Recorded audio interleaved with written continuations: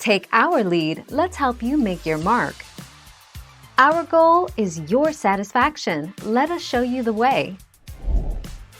The cicada will stay underground from 2 to 17 years depending on the species. Cicadas are active underground, tunneling, and feeding, and not sleeping or hibernating as commonly thought. After the long 2 to 17 years, cicadas emerge from the ground as nymphs.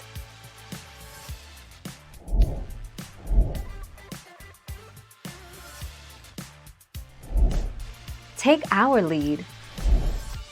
If one looks at cicadas versus locusts, what's the difference though?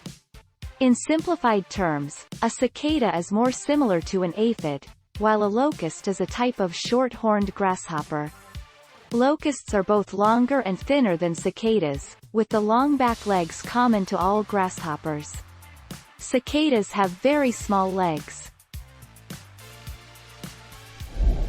Thank you for watching. Please subscribe and hit the bell notification.